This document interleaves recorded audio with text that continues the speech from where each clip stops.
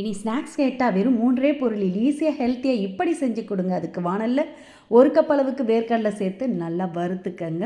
வேர்க்கடலை வறுபட்டு லைட்டாக கலர் மாறி அதோட மேல் தோல் இது மாதிரி உறிஞ்சி வரணும். இதை அப்படியே பிளேட்டில் மாற்றி நல்லா ஆறின பிறகு மேல் தோலை நீக்கிட்டு எடுத்து வச்சுக்கோங்க. இப்போ அதே வாணல்ல 1 கப் அளவுக்கு பொட்டுக்கடலை ரொம்ப நேரம் வறுக்க வேண்டியதில்லை, லைட்டாக சூடேறினா போதும்.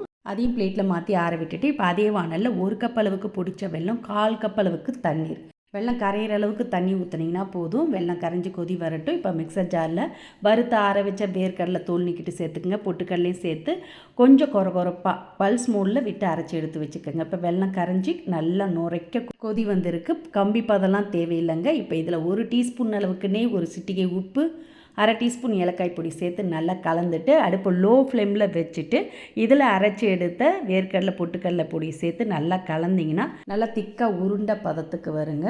எக்ஸ்ட்ரா தண்ணீர்லாம் சேர்க்க வேண்டியதில்லை, இதுவே கரெக்டான பதத்தில் இருக்கும். பாருங்கள், இப்போ நம்ம கிண்டி விட பார்த்தே மேலே அப்படியே பூத்தாப்போல் வருது பாருங்கள். இது மாதிரி 2 நிமிஷம் கலந்து விட்டுட்டு கடைசியாக 1 டீஸ்பூன் நெய் விட்டு கலந்து இதை அப்படியே நெய் தடவின பிளேட்டுக்கு மாற்றிக்கங்க. இது மாதிரி பூத்தாப்பில் வந்தால் தான் நம்மளுக்கு பர்ஃபியாக கட் பண்ணி எடுக்க ஈஸியாக இருக்கும். இப்போ நெய் தடவின பிளேட்டில் மாற்றி இவனாக சமன்படுத்தி நல்லா ஆற விட்டுடுங்க. ஆறின பிறகு இதை அப்படியே கத்தியால் வேணுன்ற ஷேப்பில் சின்னதாகவோ பெருசாகவோ கட் பண்ணி எடுத்துக்கலாம். கட் பண்ணி எடுத்து இதை நீங்கள் ஒரு ஏர்டை பாட்டிலில் போட்டு ஸ்டோர் பண்ணி வச்சுக்கிட்டிங்கன்னா போதும். 1 வாரத்துக்கு ஸ்நாக்ஸ் பிரச்சனையே இல்லைங்க. ஸ்கூல் விட்டு பசியோடு வரும் பசங்க ஸ்நாக்ஸ் கேட்டாங்கன்னா நீங்கள் உடனேவே எடுத்து கொடுக்கலாம். இதில் 2 3 சாப்பிட்டாலே வயிறு ஃபில்லிங் ஆகிடும். நல்ல ஒரு ஹெல்த்தியான மாலை உணவாகவும் இருக்கும். கடைகளில் போய் கண்டதையும் காசு கொடுத்து வாங்கி சாப்பிடாமல் இது மாதிரி வீட்டில் இருக்கக்கூடிய பொருட்களை வச்சு சிம்பிளாக சுலபமாக செஞ்சு கொடுத்து அசத்துங்க.